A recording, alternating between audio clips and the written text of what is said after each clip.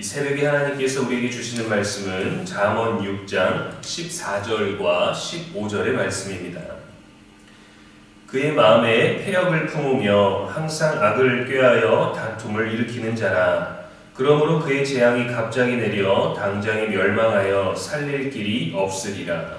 아멘. 이는 살아계신 우리 하나님의 말씀입니다. 이 시간 악은 살릴 길이 없습니다 라는 제목으로 말씀 전하겠습니다. 솔로몬은 악한 자들에 대하여 계속해서 경고하며 교훈을 주고 있습니다. 13절에서는 눈짓, 발짓, 손가락짓을 통해 악을 저지르는 것을 묘사했고 14절에서는 마음에 있는 이 악이 외부적으로 드러나는 과정을 표현했습니다. 마음에 패역을 품고 그리고 항상 악을 꾀하고 또 적극적으로 다툼을 일으키는 상태로 전환이 되고 있음을 알려줍니다. 15절에서는 이러한 자들에 대한 재앙이 바로 오게 될 것이다 라는 것을 보여주죠. 재앙이 갑자기 내려서 손쓸 겨를도 없이 급속하게 망하게 되는 것을 언급합니다. 빠져나갈 구멍이 없습니다. 살릴 길이 없으리라 했습니다. 이들의 결과가 이토록 처참한 이유는 머리부터 발끝까지 악으로 완전 무장했기 때문입니다. 그러나 하나님은 그들에게 용서의 기회를 주시고 회개의 기회를 주시죠. 악이 왔을 때, 죄가 왔을 때 다스려라. 그것을 다스려라. 죄가 너를 원하나. 죄가 내 문 앞에 있으나 너는 다스려라. 해서 이것을 다스리거나 악과 죄의 지배를 받았지만 그러나 온전히 회개하고 용서를 구하고 참회의 어떤 인격적 변화가 나타나면 하나님은 그를 용서하실 수 있을 것입니다. 그러나 그러한 기회를 붙잡지 아니하고 계속해서 악을 옷 입고 악으로 무장한 상태가 된다면 살릴 길이 없다라는 것이죠. 거짓과 불법으로 준비한 이들이 얼마나 정당하게 경기에 임할 수 있겠습니까? 축구에서도 보면 선수들이 너무 지쳐있거나 작전상 소통이 필요하다거나 또 쉼과 또 전략이 필요할 때 살짝 부딪혀도 심하게 다친 것처럼 오래 누워있거나 시간을 끌기도 합니다. 적당한 시간은 심판이나 상대팀이나 관중들도 이해하지만 이것이 지나치게 되면 경기를 방해하는 요소가 되고 사람들의 원성을 사게 되죠. 경기에서 이기기 위해 약물을 복용하거나 한 팀에서 여러 선수가 한 경기 같이 출전해서 경쟁 선수들과 자폭을 하고 또 실력이 좋은 선수를 이기게 해주는 경우도 있습니다. 어쩌다 그렇게 된 것이 아니라 처음부터 악의적인 방법으로 경기에 임했고 또 그러한 전략으로 잘못된 방법으로 나아갔기 때문인 거죠. 예전에 올림픽 여자 역도 경기에서 금은을 차지했던 선수들이 본인들이 평소에 들었던 재량보다 더욱더 무거운 무게를 들어서 검사를 실시했고 약물을 복용한 것으로 판정되어서 승리한 그 메달과 모든 것들까지 다 몰수되었고 경기 출전 금지를 받게 되었습니다. 악한 자들은 거짓으로 승리를 거머쥐는 것 같고 그들이 이긴 것 같아 보이지만 그들의 멸망은 순식간이다. 살릴 길이 없다 라고 하는 것은 바로 이와 같은 경우죠. 악인들이 성황하고 불법이 앞서는 것 같아도 결코 하나님의 눈은 피할 수 없습니다. 하나님은 반드시 심판하십니다. 그들의 행위대로 말입니다.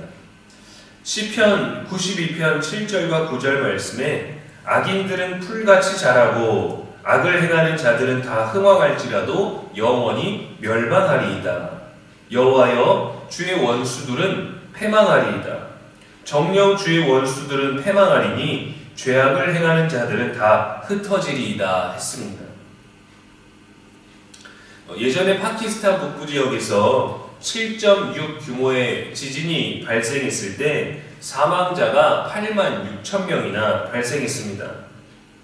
비슷한 규모의 지진이 고베에서도 있었습니다. 그런데 여기서는 사망자가 6,300명이었습니다. 파키스탄의 지진에 비해 인명피해가 10분의 1도 되지 않았습니다. 비슷한 규모의 지진이었는데 어떻게 이런 차이가 발생했을까요? 일본은 지진에 대비해서 건물을 지을 때 내진 설계를 했다는 것에 차이가 있었습니다.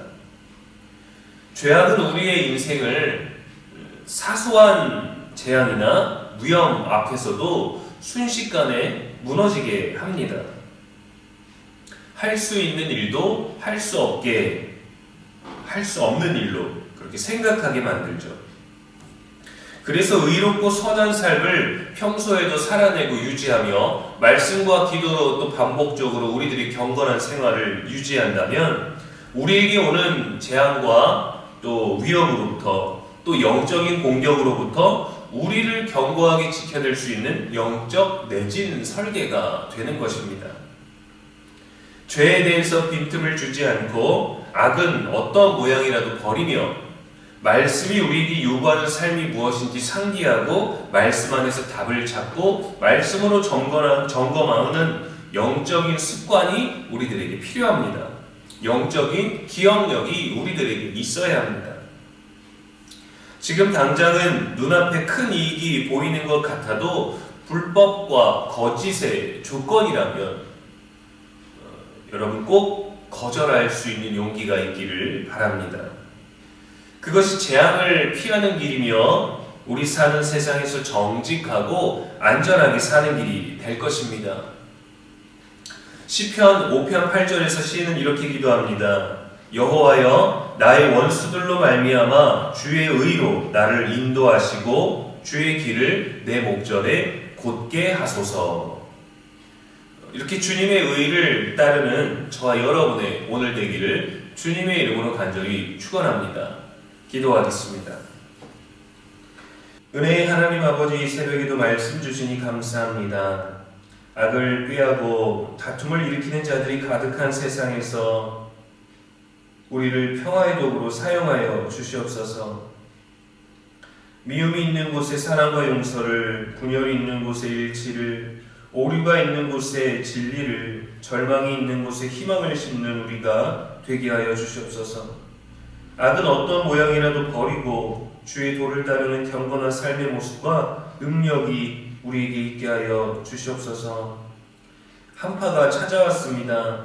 너무도 추워진 날씨 가운데 하루를 시작하며 종이를 보내고 수고하고 애써야 되는 모든 권속들을 지켜주시고 무엇보다 어떤 상황에서도 우리들의 마음과 우리들의 생각이 패역을 품지 아니하며 악을 꾀하지 아니하고 우리 앞에 있는 죄를 다스릴 수 있는 거룩하고 경건한 성령의 능력을 유지하고 흔들리지 아니하게 하여 주시옵소서.